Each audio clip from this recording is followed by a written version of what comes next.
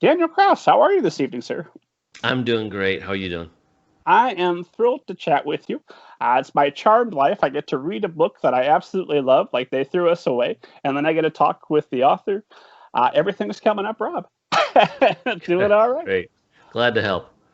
So, probably the most burning question that I imagine everybody wants to know is, do you have plans to write A Shape of Water 2? Oh, what's funny, actually, I don't think I've ever been asked that question. Really? Yeah, I've never heard that question. Well, certainly I have no plans, and that would be something that would have to be planned by both Guillermo and I. My guess is no. I mean, my sense of his interest in that project is just the single movie and book, and that's it. I mean, I could conceive of something that was I can't really imagine going forward with a sequel. I could imagine something that was more of a prequel or something that sort of went into the creature, his life or times, or some other sort of story involving the creature that took place beforehand. But I obviously I have not given it much thought since I've never gotten this question. Do you find that when you when you finish a story, and obviously that one is a special exception, it's pretty self-contained, but a prequel would be wonderful. I would love to see just a Strickland spinoff, and just follow that guy around, see what he's up to. Yeah. But when you finish a story, is it over for you, or do you still think about the characters and plan sequels that you never write? That's another great question. It generally is over for me. There are a couple exceptions, but it's pretty rare. Usually, when I conceive of a story, I do a lot of planning and thinking about it before I ever start. So, if it's something like the Zebulon Finch books or the Teddy Saga, they're conceived as a series from the get-go. I've never, and I won't say I never will, because it's possible, but I've never, after the fact, decided to write a sequel of something. And I think a lot of that might go back to when I was a kid reading Stephen King, and, he never wrote sequels. And there were so many, I think a lot of I was an advanced reader, but one of the things I liked about, my friends were all probably reading books for kids when I was reading Stephen King. How old are you when you started Stephen King? I mean, I'm not exactly sure, but certainly I started reading it. I was certainly reading some Stephen King in maybe 5th grade.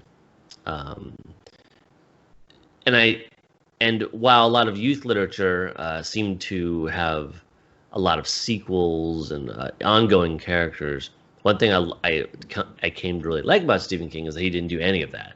It was one story and then you're gone, and then a totally other story. And my career, intentionally or unintentionally, has followed that model of really just moving on. When I see people who are on book 12 of a series, I just can't conceive of how that is still pleasurable after all that time. I mean, I could probably, if I thought about it long enough, I could probably figure it out. But to me, I always feel like I'm racing against time to write all the different stories that I want to write, and I know I'm not gonna get them all out before I'm dead. So the idea of spending a lot of time in the same world just kind of makes me panic a little bit, because I want to keep moving. Well, what was it then about the Teddy Saga that said, okay, well, this has got to be a trilogy. I've got enough story, because you had the whole thing more or less kind of planned. Do you plot meticulously? How much planning do you do ahead of time? Yeah, the Teddy Saga, I knew for the age range, the amount of story that I wanted to tell was going to be a lot more than one book. It would, if not, the book would be far too long for the age range. So that just made it simple. It was like, okay, well, it's gonna need to be split up into 3 books. I think for that age range, 2 books is not unheard of, but unusual. The trilogy is more natural, and the story that I was envisioning did split nicely into 3 parts. as opposed to my young adult books, the Zebulon Finch duology, where that's 1,500 pages. That could have easily been at least 3 books, but it didn't split in a way that was organic for me. It split nicely in the middle, and so although it's unusual just to have 2 books, I'm not going to force divisions in a story where they don't belong. So that was 2 books. It makes a lot of narrative sense once you understand the entire story that Teddy's would be 3 books. And yes, I do a lot of planning. I do a lot of pre-planning. For something like Teddy's that's shorter, I don't know. I couldn't tell you how long my outline is for that.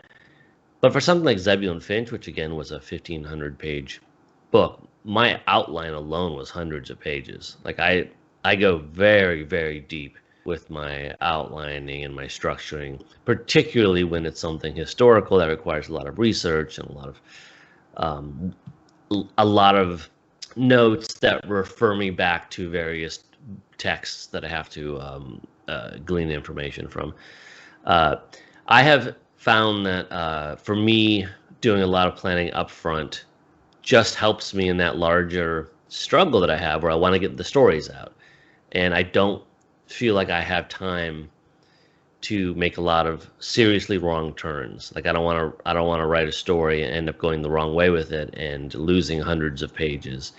I want to do all that kind of work up front so that I can really concentrate on the writing part of it. And of course, that nothing's set in stone. Things change all the time as you write, and then I'll just redo the outline as needed.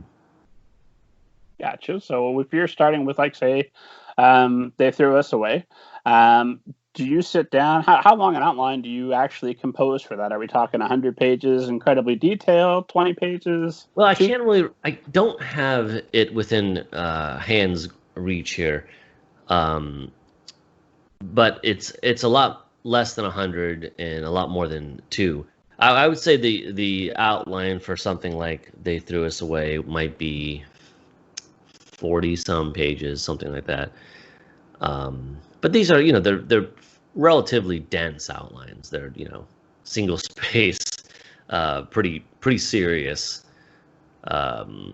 documents in and of themselves that I spend, weeks or months on. So when you know from the start that you're going to write 3 books, is that how you pitch it initially to your agent and then sell it to make sure that's a done deal before you write it? Or do you write it with the confidence that, hey, I'm a New York Times bestselling author, Daniel Kraus, they're going to want the other 2 books? No, particularly in a book like this or a series like this where volume 1 is going to leave you on a cliffhanger, and so is volume 2. It was definitely something that I wouldn't want to ever get myself in a position where I thought the story wasn't over and then be in a position where maybe the publisher doesn't want the second book, and then what do you do for all the people who read the first book? So I would never attempt that. I would in the past, and I'm sure in the future, if I want something to be a series, I'm gonna sell it like that. I'm gonna require the full buy-in to the series before I write it. And part of that, especially with the Teddy Saga, which is actually one I think They Threw Us Away is my 11th book. And it's actually one of my favorite plots. Once you understand all 3 books, it's one of my favorite. I love how the story comes together, and all the pieces will eventually come together at the end of book 3 in ways that I think will surprise people. So yeah, I mean, that's something I need to plot out carefully in advance so that all the clues are planted. So I desperately want that experience of having the whole story. How long am I going to have to wait? Do we have a time frame for when Teddy's 2 and 3 are coming? Yes. They're just going to come out 1 year apart from each other. So this September is Teddy's 1, and then it'll be the next September and the next September. Let's just dive right in. I was pulled in immediately by the pitch. I got an email from a publicist and said, "Hey, would you like to talk to some of these authors?" And it just the cover right away got my attention. And then I read the pitch that it's the Toy Story meets the Lord of the Flies, and I said, "Yes, oh my God, that sounds wonderful. Send that to me immediately." And then I got it, and I thought, well, I hope that this doesn't wuss out on me, and it's not as dark as I'm going to hope that it's going to be. Nope, no danger of that, friends. This is a beautifully, wonderfully dark book. It's just who is the ideal reader for the Teddy Saga? Well, I hope it's kids. I hope it's something in the range of older elementary. But the way I write, and you can say this about all my young adult stuff, and I write with this. I now write middle grade, young adult, and adult. I think they all of my books are accessible to adults, which is a weird way to say what you normally say the other way around. So I try, and that's sort of intentional. I try to cultivate a style that would be appreciated by the sort of what the publisher will mark on the book as the intended reader, whether that's young adult or in this case middle grade. But I also want to enjoy it as an adult, and want other adults to be able to enjoy my books too. And so it's a weird, delicate balance, and there's no telling if I'm striking that balance, but I certainly try. I don't think there's a reader out there that shouldn't be reading They Threw Us Away. I'm incredibly pro Teddy. Good. Probably the best place to start. I try never to summarize other people's books. I've got a lot of questions for you about They Threw Us Away, burning questions that must be answered. But so that esteemed audience who's about to purchase their copy September 15th will be available everywhere. If you could, I never summarize other people's books because Okay. I'll get it wrong. I'll say it was a book about stuffed tigers, and you'll stare at me like, no, that wasn't what it was. So if you would just give us give esteemed audience an overview of the story, and then we can dig in and talk about it a bit more. Sure. It's about a group of 4 teddy bears who wake up, who come to life in a trash dump, in a landfill, more or less. And they don't know why they've come to life, and they certainly don't know why they're in a trash dump. The last thing they sort of remember is being on store shelves and being destined for the loving arms of children. And not only are they in the dump, they're still in their boxes, like they were thrown away brand new. And so they begin what will eventually be a 3-book journey to figure out why they were thrown away, and to find out if there's something they can do to reverse whatever it is that they did wrong.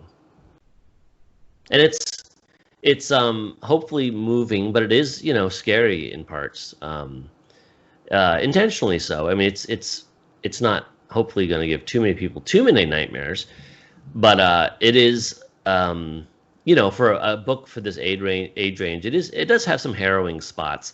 I mean, they are teddy bears, so it's not, there's a limit to how violent it can be. We're talking about teddy bears here, but yeah, they go.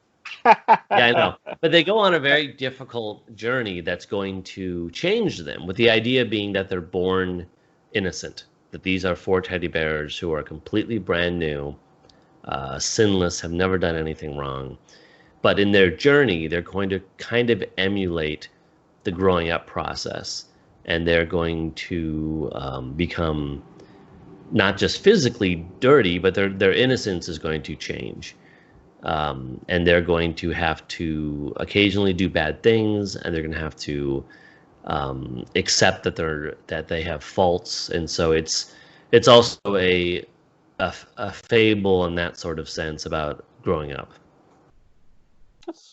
Seems to be, and I'm catching up rapidly now that I've fallen head over heels, and you're that next author that I have to read everything that you've written. So somebody send me a copy of the Teddy Saga to come back. I'll have questions about all of the books I haven't got to yet. But it seems like, just glancing, that's kind of a common theme through some of your work. I know you've got another one about some boys who are torturing an alien, where the question is kind of how bad is too bad to accomplish some good. So is that pretty common with characters that you like to torture in that way? Yeah.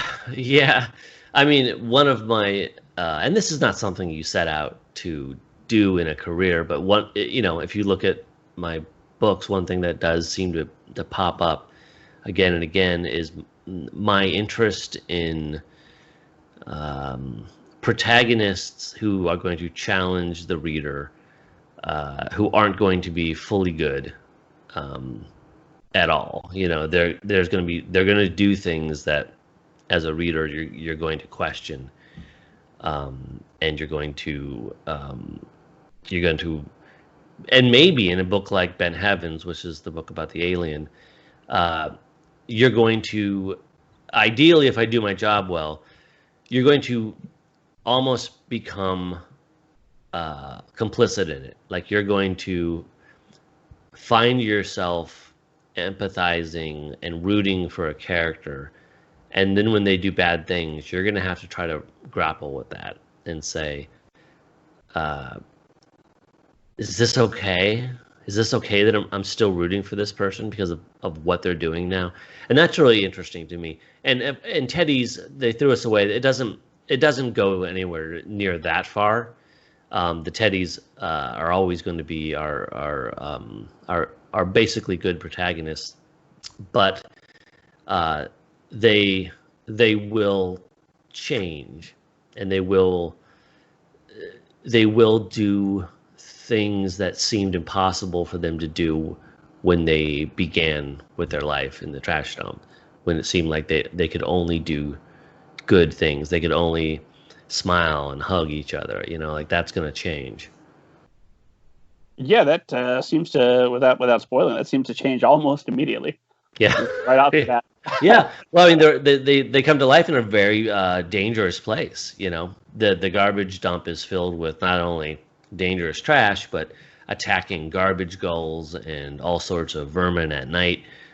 So they were built to be in safe bedrooms and safe playrooms, and they suddenly are thrust into this environment that they are not equipped for, and then they're going to have to journey into the city. This is a very urban book. All three of them are. They're going to have to journey into the gritty city, where things are only going to get more dangerous for very vulnerable creatures like teddy bears. So, we'll follow up on that in a moment. I did want to ask just a little bit about the world building, because right off the bat, there's some things that struck me as there's clearly a backstory here, which we're beginning to get revealed to us as we go on. Some of the Teddys, Reginald seems to know a little bit more than the other Teddys, or at least seems to think he does, although he's hilariously wrong right off the bat, which made me love him all the more, with his thoughts on the meaning of TM that he wisely proclaims to be not trademarked. But the Teddys can read, and they know some things about the world. They just, the similes they make, they're thinking of wolves. So I think when it's the bulldozers that are coming through the dump. Okay, so they have some knowledge of the outside world, but they don't have full knowledge of themselves. It's selective what they know about. And so when you're doing that outline at the beginning, are you sitting down and writing down all the rules and all the backstory to some degree, so you know that going in from page one? Yeah, I did it to some extent, and then in editing I had to really do it, because to some degree I was writing from the seat of my pants when in regards to the Teddy's rules, and that came back to bite me once the book was done and the rules were inconsistent. So one of the biggest challenges of editing this book was just to get all of that in order and to make sure the Teddys had a consistent array of what they knew, what they didn't know, and all things of that kind. It required a lot more rules than I would have expected, and I think going into it, I was a little naive, since this was my first middle grade book, maybe thinking that I can just kind of wing this on. I didn't think that as far as plot structure and character went, but I thought as far as like backstory went, these are teddy bears. How complicated could it be? Well, it was more complicated than I thought. Like, especially because their backstory is rather complicated. There is a lot to the backstory that is given out in chapters that serve as clues that are parceled out through the first 2 books at least. So I really had to get all my ducks in a row so that I knew when and how to introduce new information via these flashbacks. So you're doing all this planning up front because you don't have time to take wrong turns. You need to make sure that you're killing it the first time so you can get all 3 teddies and then do the next thing. So how long does an individual book like that, like They Threw Us Away, take, or do you just write the whole trilogy straight through? No, I didn't write it straight through. This question is always more difficult than it sounds because I'm usually working on multiple projects at once. So I will do a draft of Teddy's, and then I'll put it down and work on a draft of something else, and then come back to Teddy's, and then send it to my editor, and while I'm working on yet something else. So it's hard to ever know exactly how many months it took to write a book. I don't really know. I think for Teddy's, the first draft, though, was probably somewhere in the 4 months range, something like that. But keep in mind that that doesn't count the pre-planning. Like I might have been planning this book for a year ahead of time, just sort of taking notes on it. And most of my books, and Teddy's is not any different, I'm sitting on the seeds of ideas for years, sometimes decades, before the pieces come together in my head. So it might take me 4 months to write the first draft, but there could be years before that where I am sort of doing intellectual work on it. So do you keep like an idea folder, or how do you organize your thoughts while they're in progress? Yeah, I have a bunch of these. So I have just a bunch of these little notebooks. And I just kind of always have these on me, and I just take notes constantly on a bunch of all sorts of projects, including ones that won't get made and including ones that I probably won't figure out for another 10 years. But the notes are there for when I need them. So fantastic. So eventually there'll be, the Daniel Kraus library where all those notebooks will be compiled. And yeah. Well, I mean, my archives have already been acquired by the University of Pittsburgh. So I'm already sending them stuff from my older books, drafts and stuff. So eventually, I mean, I'll be dead because until then I can't get rid of these because they have notes that I use. But someday you can look inside these books. I'll be gone. It'll be very sad. Oh, I'd rather keep you around writing more books. I'd be fascinated to see the notes, but more books. Thank you. So, okay. What does your average writing day look like then? Yeah, so I write like I work in a factory. Like I wake up, jump into the shower, and immediately go to work. I sit down right here where I'm sitting right now. And I try to put in an 8-hour day, and I work 6 days a week. For many, many years, I worked 7 days a week. And a couple years ago, I decided to try to take off Sundays, and I've gotten better at that. But that has even been a struggle because I'm so used to working, and I love to write. So. It's very easy for me to want to do it 7 days a week. But anyway, so I do it.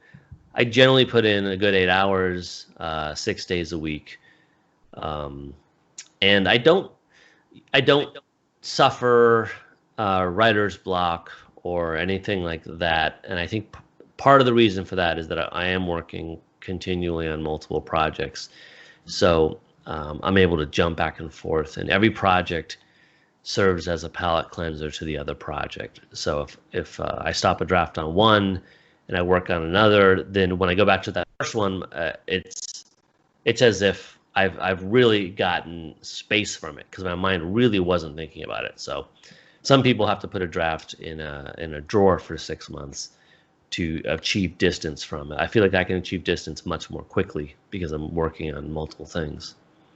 And you don't run into issues where obviously with the Teddies, you're not going to confuse that with the boys and the alien. But you find that one tone might bleed over from another? That hasn't been an issue, really. And that's partly because, as I said, I write so many different kinds of books for different audiences.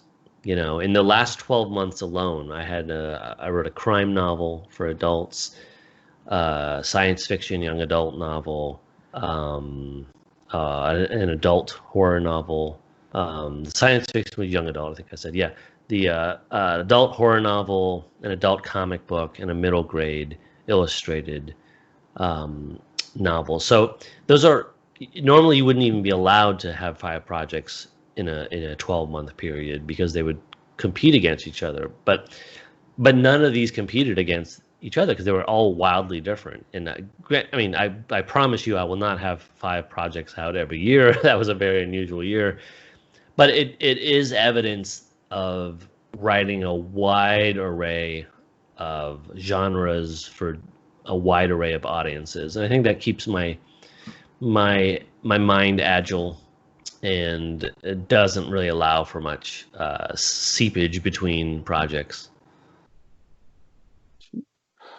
Well, this 8-hour workday, is that drafting straight through? Is that drafting plus revising? Is that emails and all the business side of things? It used to be pure writing, and I miss those days. Now it's definitely a lot of business stuff, a lot of emails and phone calls. When things are normal-ish, I can write until maybe 2 p.m. and then it's all emails and phone calls. That's when I have the luxury of being able to stack those into the afternoon. Sometimes, obviously, you can't control all that stuff, and it's going to interrupt the day. But when I have my way, I will stack things at the end of the day, and if I really have my way, I'll stack them at the end of the day, near the end of the week. Gotcha. So those early hours, you want to be drafting. What time do you start? Yes. It depends on various things, but I'm usually writing by, I don't know, 7:30, sometimes much earlier, not usually much later. So the start time is always pretty reliable. The end time's a little more fluid. Do you do writing rituals to get started? Or is it just grab a cup of coffee, sit down, and go? How do you fire up? Yeah, no rituals. Just sit down and go. Anything. It's almost the opposite. I'm probably more easily thrown off than I'd like to be by things that would interrupt me getting to work early. The worst thing for my writing is if I have some other obligation the first thing in the morning. Because I need to sit down and get to work because I'm probably thinking about it the second I get up, I'm thinking about what I'm writing that day. So if I have something wipe out the first few hours of the morning, for example, it's difficult for me to really salvage the day at that point. And how do you know if you have had a successful day? Do you count word count? Do you have goals on the story you want to get to? For many, many years, most of my career, I did not do anything like that. I didn't count words. I've started to do that. I started a few books back when I had a book that was on a very tight deadline. And I knew I just mathed it out. I just thought, well, there's no way I'm going to get this done unless I write, I don't remember what it was, but it was a lot. It was maybe 3,500 words a day or something like that, which is a lot for me anyway. So I started keeping track of that, and it did help, and I think it does help. It helps because generally I make my word count goals. If I was constantly failing those goals, it would probably be a very depressing practice that I should probably stop. But as it stands, I almost always make the goals, so it probably gives me a little bit of a boost to know that I'm staying on track. So it's a sort of I'm setting myself up for success in a way.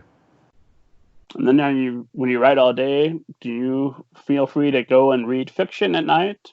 Or is it, no, I'm done looking at words for a minute, I got to do something else? Oh yeah. I'll definitely read at night. Yeah, there's no problem there. I want to I want to always be reading things and watching movies. I don't watch a ton of TV or shows, but again it comes down to like the old idea of series stuff. Like I don't want to get sucked into a story that goes on too long. I want things that move like as quickly as I want my brain to move. So I tend to watch a lot of movies and read a lot of books, and a wide variety. Like my book choices are all over the map, every genre you can imagine. So reading and watching things and listening to things, all of them hopefully pretty challenging to me. I don't do a ton of comfort reading or comfort watching. I want stuff that pushes me and makes me have to think. That's all very, very important to the writing.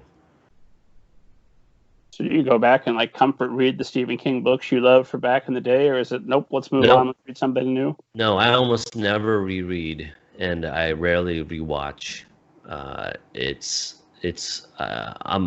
pointed forward. I really want to keep progressing and keep moving and keep experiencing new things. I want my work to. I want to do what I can.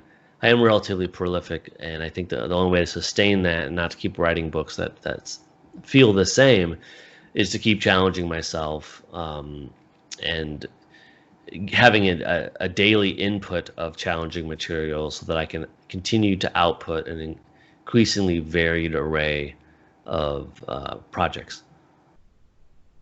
I'm budgeting my time. I'd kick my own butt if we did this whole chat and didn't talk zombies. So I want to make sure we leave enough time for that. But I've definitely got to ask just a couple of more questions about the Teddy Saga. Sure. I wanted to ask about, because this is a wonderfully dark book, and yet it always feels fun. It's never like, oh, what a heavy, depressing thing. It's just, there's some things that I wouldn't expect in a teddy bear story. So I'm going to read a quick passage from your own book to you. By way of example, I love this. The mother was stabbing an iron poker into the fireplace. Beside her were a seam ripper and a pair of sewing shears. She was going to disembowel the originals and burn their parts in the fire until their plush turned to ash, their plastic noses melted, and their marble eyes popped like chestnuts. Mwah, chef's kiss. Yes. Beautiful description. You've got teddies with their heads streaming stuffing.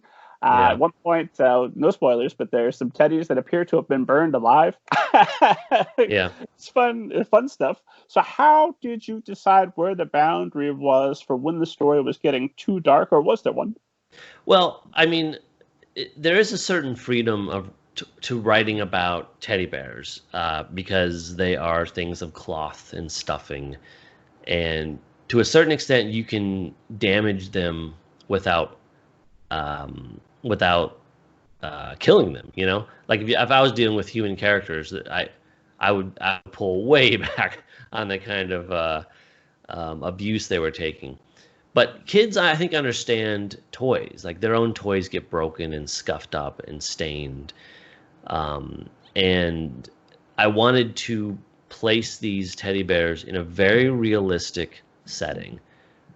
There's nothing fairy tale about anything in their surroundings. They're in a dump. They move into a city that is dirty, and they travel down streets in gutters that are filled with litter. And the stores they pass once they get into a city are realistic. You know, they pass a check cashing place, and places that you don't generally see in books like this, but feel like they're part of a city kid's every single day reality. So it would have felt cowardly of me to dodge that kind of thing. I mean, this is just there's no point to dodge things that are that kids see every single day, and they don't disturb them. These things are real. So for me, not every book is going to be for every kid. That's for certain. But for me, as a young reader, a book like this would have really excited me precisely because it did things that I wasn't expecting and went places I didn't think it was going to go. And I think part of that is just the ambition of wanting to try to write something that the kids are going to be affected by and remember. And maybe if we're really fortunate, remember for the rest of their life. And I remember reading this book, and it scared me a little, but because of that, I never forgot it. And it taught me things, and it taught me where some of my boundaries were or weren't, even more importantly, for me as a young reader, in reading and consuming art and just navigating the world. I guess in the kid lit space, I am a little bit of a button pusher, in the sense I want to push things a little bit, because that's what inspired me as a young reader. Makes a lot of sense. I would have absolutely adored this book in 3rd, 4th grade, but I was a weirdo, and I know a lot of other weirdos that will absolutely gravitate toward this book and have just the best time. Well, one more question about the Teddies, and then we got to talk Romero and zombies. But these Teddies are awfully fatalistic throughout. I thought of them almost as Mr. Meeseeks for the Rick and Morty fans, because their goal, initially at least, is to accomplish their Teddy duty so they can fall into the forever sleep. And they, at one point, Buddy is facing his first little bit of adversity, I think chapter 2 or chapter 3, and he's immediately like, I wish I was in the forever sleep so I wouldn't have to deal with this. Mm-hmm. And then Reginald routinely is assuring everybody they're not going to make it throughout. Yeah, right. But the characters are compelling. I rooted for them. So how do you create these fatalistic characters without tipping the story toward, why should I care what happens to the Teddies if they don't? Well, I mean, it's not that they don't care. It's that at the beginning of the story, they're completely unequipped for the world. And one of the few things that they know, the Teddies are born with this knowledge, is that they're supposed to be on a store shelf. And the kids, they're going to be chosen by a child. The child's going to hug them, and they're going to drift away into this thing they call forever sleep, which just means they just become a normal, happy, blissfully unaware toy. And they think that's what they want. And the book is sort of about them being forced to change their fate has been changed, so they have to react to that in a new kind of way. They have to become a different kind of Teddy. They come to realize no one's coming to the dump to pick them up and hug them. They're going to have to leave the dump and find children. So it's not that they're fatalistic, but at the beginning they just don't know what to do. They're supposed to be picked up. Someone's supposed to come help them. Imagine you're a kid and you're left behind somewhere. Like, your first instinct, it might just be to stand in a spot and wait for your parents to come back. But after a while, you do start to sense, okay, they're not coming. I need to somehow start to work to get myself out of this situation. Find another adult, something. In this case, they've got to get out of the dump. And then from there, they pick up new clues about where they should be going, what they should be doing. And as far as Reginald goes, I just find him humorous. I just like, the other characters do, as they begin to accomplish things and actually begin to persevere over adversity. They start to be a little more bold and even proud at their accomplishments. Reginald is just a funny, cynical character whose catchphrase is, "We're not going to make it." We're never going to make it. But I think, particularly as the story wears on, readers may start to sense that he doesn't really believe that he's impressed by what they're accomplishing too.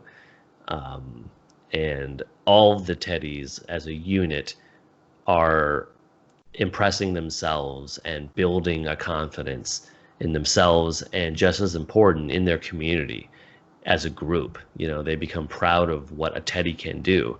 They're doing things that no Teddys have ever done, and they begin to realize that, and they begin to feel excited by their own accomplishments. And to me, those are the moments in the book that really that I really love, is seeing them start to grow, and from helpless things into creatures of agency and motivation and confidence. Hopefully by book 3, they're going to be battle-tested warriors. They're getting there. So we have to talk about The Living Dead, which came out here August 4th. Mm-hmm. Please give us this is a dream gig. You get you're writing the final story in George Romero's long epic tale of zombies, and I had read or heard, I don't remember which, that you had the Night of the Living Dead was your favorite movie at age 6. Is that right? Well, I don't know if I would have said that at age 6, but it certainly is the first movie that I actually remember seeing. I'm sure I saw some Disney movies before that, but I don't remember them. But I remember being 5 or 6 and watching Night of the Living Dead. And I saw it continually growing up. It was famously, if you're a George Romero fan, you know that it wasn't copywritten correctly. So it was public domain. So anyone could show it at any time, in any theater, on any channel. And therefore, it was constantly on, and I saw it a million times. My mom was a fan of it, so I got introduced to it very young. And although, of course, I liked Star Wars growing up, I do like to say that George Romero movies were my Star Wars. Like, I grew up on them, and they were that important to me. They shaped my worldview. They shaped the kind of artist I would become, certainly, but more immediately the kind of person that I was becoming and would become. So to many decades later, to be able to be a part of the concluding chapter of his 6 zombie movies, and Romero with Night of the Living Dead more or less invented the modern concept of the zombie. To be a part of ending that is, beyond a dream come true. How do you get yourself in a position to be that guy? Well, every other opportunity in life, you work hard, and then it's the right person at the right time. It was a situation where I had done a couple high-profile collaborations, so I had proven myself as somebody who could work as a collaborator with another author, and also was known to the Romero estate as somebody who was a huge George Romero fanatic, and not just of his zombie movies, but all of his movies, and was just a real student of his and a devotee of his work. And you just put that all together, and I was at least one of the people who seemed logical to approach. That, to me, I would think that reality must be a simulation. I mean, how could any course of events get you there? That's amazing. It is, and it's the one thing out of all my projects that I still can't, after 3 years of working on it, I still can't fully wrap my brain around it. Like I'm looking at the books right now on my shelf, and I don't get it. I don't get it how I worked with, how there's a book with George and my name both on it. I still don't fully understand how it happened. And one thing I wonder, you must have incredible courage, as proven by your fearless Teddy Saga. But here, especially because if you're working from a manuscript that Romero had written but not quite finished. Yeah. So if you nail it and everybody says yes, that is the perfect ending, then Romero gets all the credit because he's obviously. And then right. if fans are upset, it must have been this Daniel Kraus guy. Yep. Oh yeah. That's I mean, before I started working on that's exactly what I said. I said if I pull this off, George gets the credit, and I'm fine with that. If I fail, I get all the blame. But I was okay with that. I am but a humble shepherd in this case, who's really trying to bring Romero's novel, and he he didn't write other novels. This was this was it. To bring that novel over the finish line, and do something for him, because he had done so much for me. So the way I always looked at it was not as what can I get out of this. It was always how can I give back to George? How can I execute this in a way that is the most loyal and respectful to all that he did, while still taking risks, because he also took risks, and he was someone whose films could be divisive, and so I also had to be aware of that. It's like, don't be afraid, while you're being respectful, don't let that stop you from taking risks and being divisive, and carrying on in the spirit of George Romero. So when you're doing that, obviously your name's on the cover. The book's not done. When you get your hands on it, you're going to have to add at least some portion of yourself into the story. Did you feel some freedom to take some small departures and find this is my little Daniel Kraus corner, my cozy spot that I'm gonna put my stuff in? Well, yeah, I had to. One thing that made that slightly less of a concern is that George hadn't.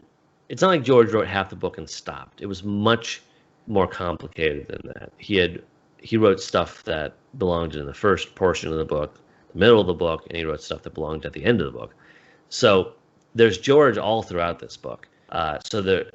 It's not like I could, he wrote the first half, and then I was just going a crazy Kraus rampage to do whatever the hell I wanted for the rest. Teddy zombie crossover, why not? Yeah. So I did have these sort of points that I had to hit. I had to get from this portion of George's manuscript to that portion and then the next portion. And some of those gaps were small and some of those gaps were massive.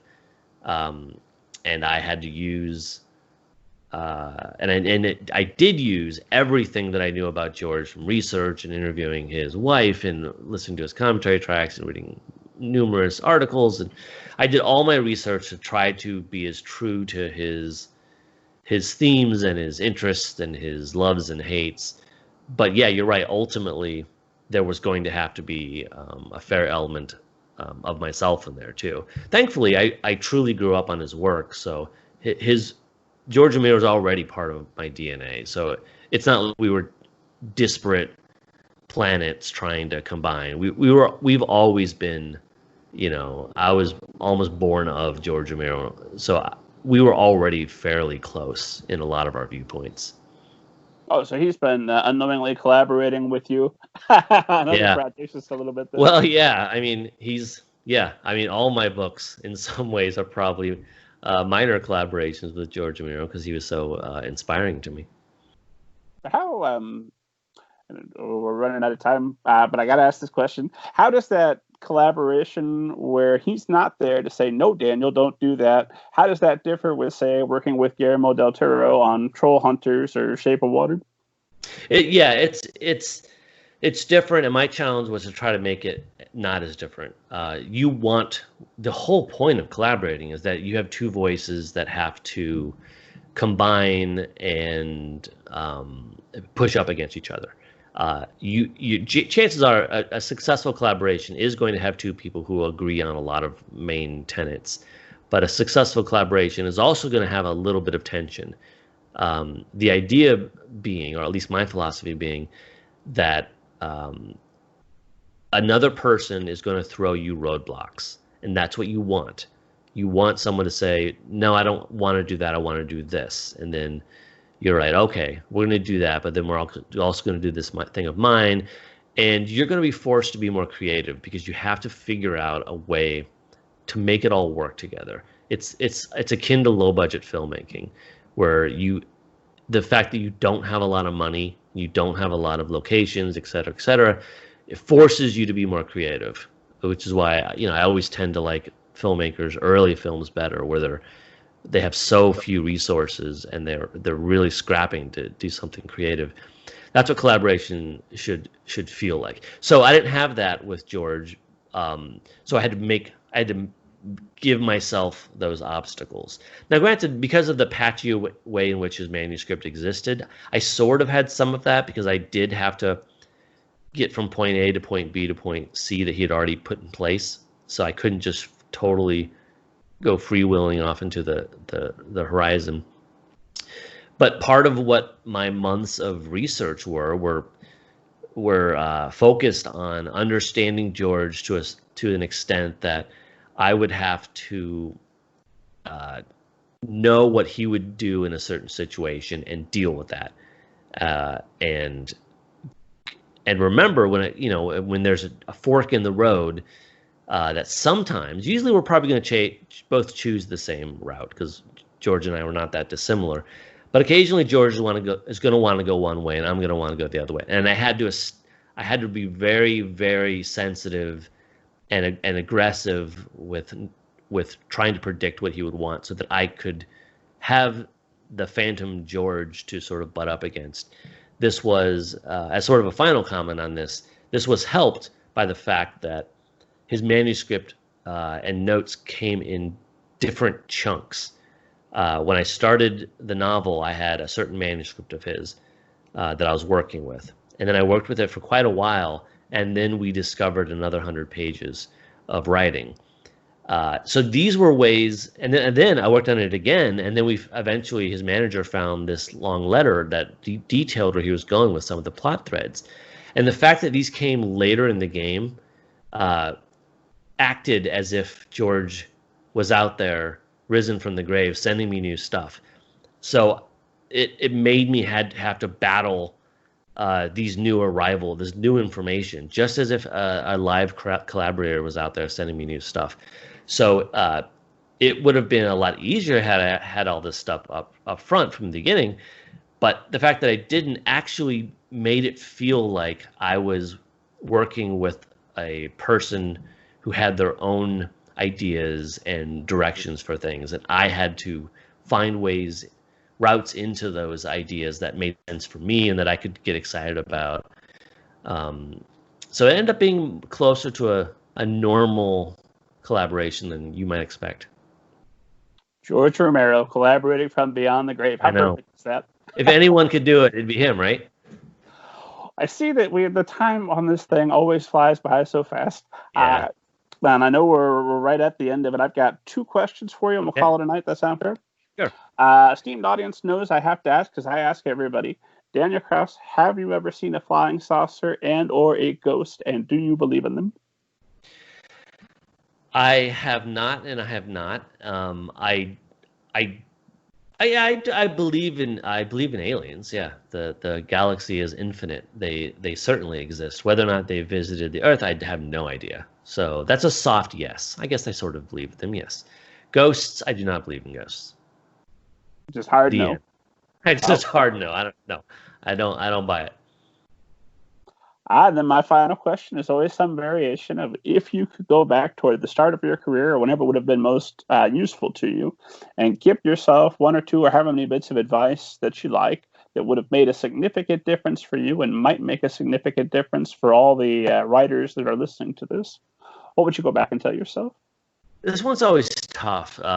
If the question is just what advice would you give someone, that's one thing. It's more difficult to give yourself advice back in the past, because it's going to change the entire. It's going to have the chaos, right? The butterfly effect of like changing your entire life. So it's very dangerous to go back in time and give yourself advice. And you're limited to writing advice. No, don't date her, buy Google stock. Nope, just yeah.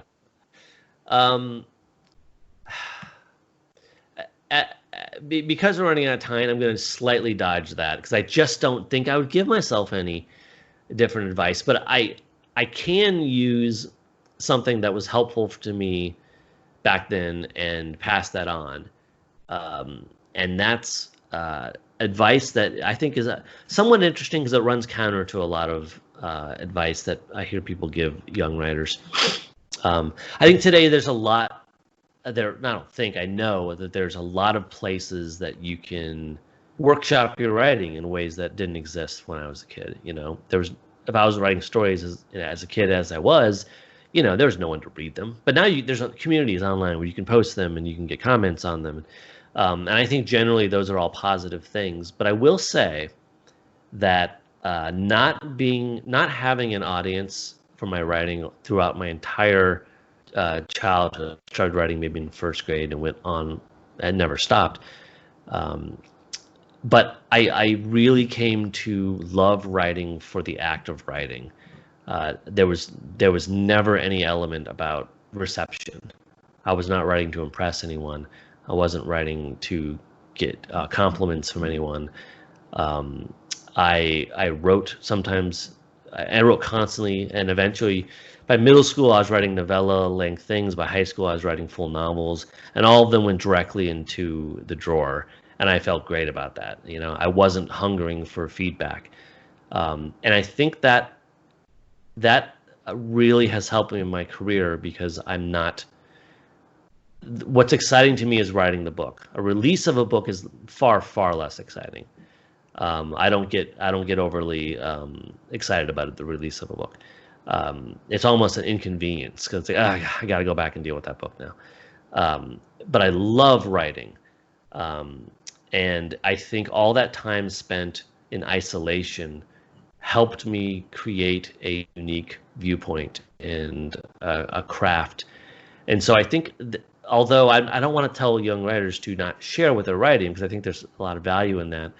I think there's also, for some writers, there may be a value in keeping some of it a little closer, because I think once you start opening everything up to people's critique or likes or favorites or whatever, you're only human. You're going to start reacting to that and say, oh, if I do this, more people like it, or if I write this kind of story, less people like it. And that's a way that art becomes sort of rounded and in the center of the Venn diagram. I think art at its most potent is when it's at the edges and hasn't been voted on and isn't safe and is going to appeal to a thinner razor of people. That's the art that changes the world, and that's the art that I think changes people.